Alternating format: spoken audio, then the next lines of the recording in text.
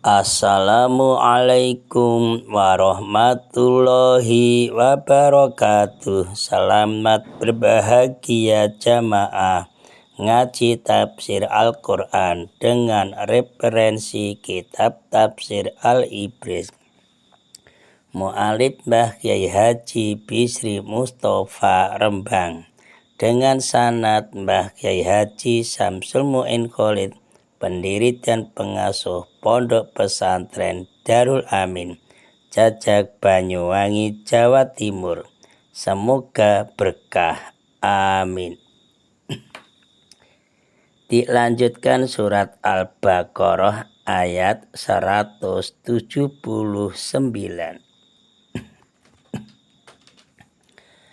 A'udzu billahi minasyaitonir rajim. Bismillahirrahmanirrahim. Walakum fil qisasi hayatun ya ulil albab la'allakum tattaqun. Walakum lan iku kadue sira kabeh fil qisasi ing dalem nindakake qisas hayatun utawi urip ya ulil albabi wong-wong kang duweni akal sehat langalakum supaya ana sira kabeh iku tatakuna padha wedi sira kabeh.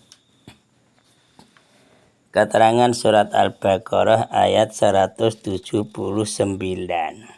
dengan tema kisos dan pengaruhnya. Pada ayat 179 ini menjelaskan tentang hikmah hukuman kisos. Apa hikmahnya hukuman kisos? Hikmahnya yaitu untuk mencapai keamanan dan ketentraman. Karena dengan pelaksanaan hukum kisos itulah umat manusia tidak akan sewenang-wenang, tidak akan sebebas-bebasnya untuk melakukan pembunuhan. Yang di situ dengan memperturutkan hawa nafsunya saja. Dan mendasarkan pembunuhan itu kepada perasaan bahwa dirinya lebih kuat, lebih kaya, lebih berkuasa, itulah sehingga terjadi peperangan-peperangan. Gara-gara merasa dirinya lebih kuat, lebih kaya. Maka diadakan hukum kisos biar tidak terjadi seperti itu.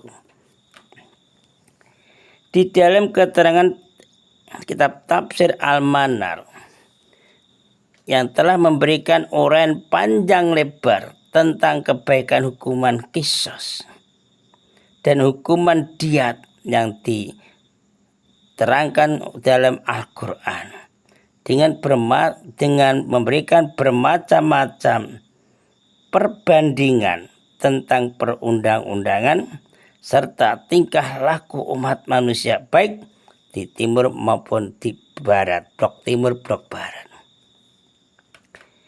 Dan memberikan analisis atau penelitian beberapa pendapat bagi ahli sejarah atau para sarjana hukum, ya, hukum-hukum masalah perdata ini.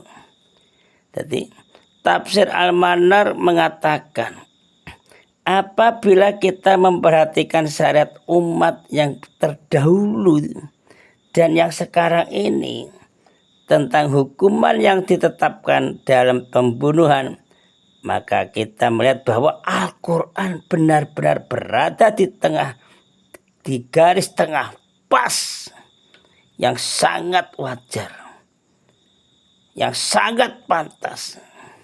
Betul. Karena hukuman yang diberikan kepada pembunuh pada periode jahiliyah adalah selalu berdasarkan kepada yang kuat. dan lemahnya suku. Jadi seorang yang terbunuh dari suku yang kuat sebagai balasan biasanya membunuh 10 orang dari pihak suku pembunuh yang lemah ini. Kan tidak adil. Itu. Tafsir Al-Manar menambahkan, mudah-mudahan anak cucu kita bisa ngasih kitab tafsir Al-Manar. Amin. Sebagian manusia, yaitu penjahat-penjahatnya, kalau hukuman pembunuh hanya ditetapkan sekedar masuk penjara beberapa tahun, mereka tidak akan jera, enggak kapok.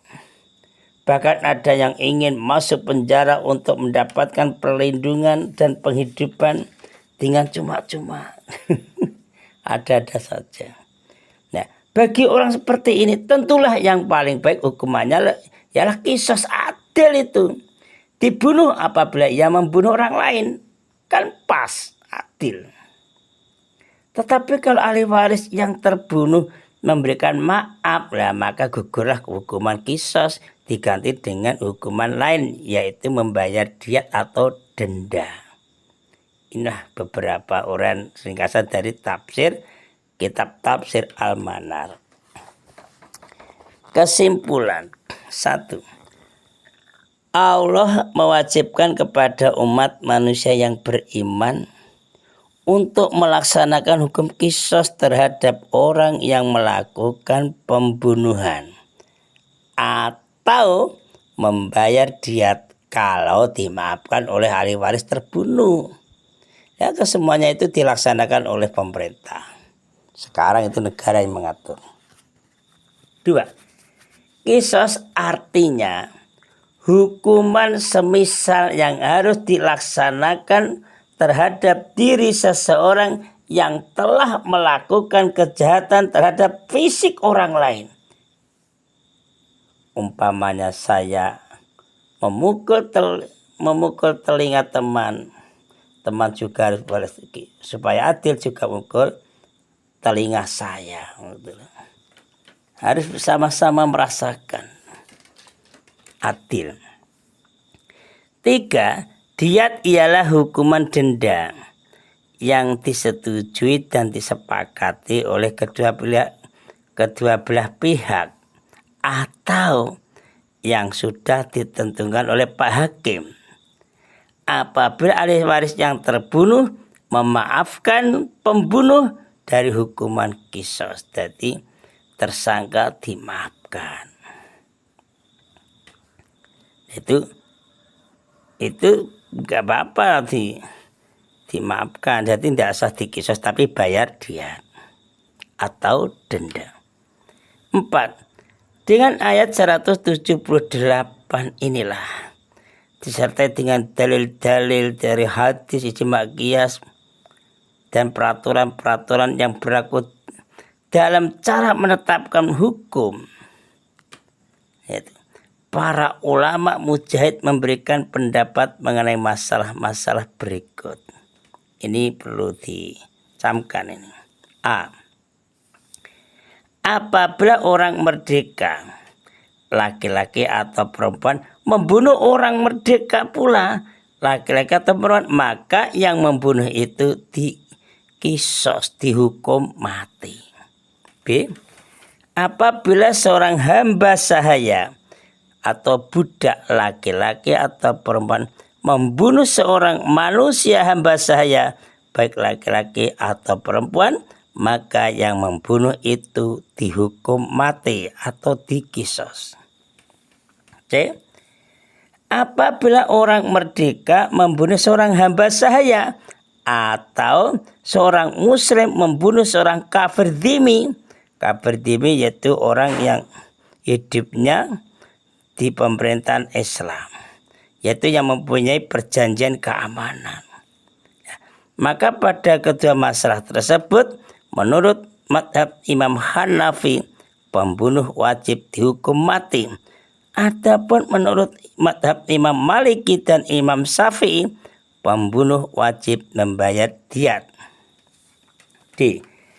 Apabila orang banyak secara bersama-sama melakukan pembunuhan terhadap seorang manusia. Menurut pendapat kebanyakan para ulama, semua orang yang turut membunuh itu harus dihukum mati, walaupun yang dibunuh itu seorang saja. Kecuali menurut madhab Dawud Zahiri yang berpendapat bahwa hanya wajib membayar diat. Tapi yang paling termasyhur ya di situ dihukum mati. C. Yang E ya, berarti yang kelima. E. Apabila seorang ayah membunuh anak kandungnya, maka ayah tidak dihukum mati, hanya membayar diat atau hukuman lain yang sudah ditentukan oleh hakim. Tapi kalau terjadi sebaliknya, itu anak kok membunuh ayah, maka anak dihukum mati. Karena apa? Membunuh ayahnya. Kesimpulan 5. Hukuman qisas ini diwajibkan sebagai tindakan pencegahan. Iya, untuk memelihara kelangsungan hidup umat manusia yang aman, tentram dan bahagia dan adil. Jadi ini sesuai dengan Undang-Undang Dasar 45 pasal 27. Jadi merasa ada perlindungan hukum. Assalamualaikum warahmatullahi wabarakatuh.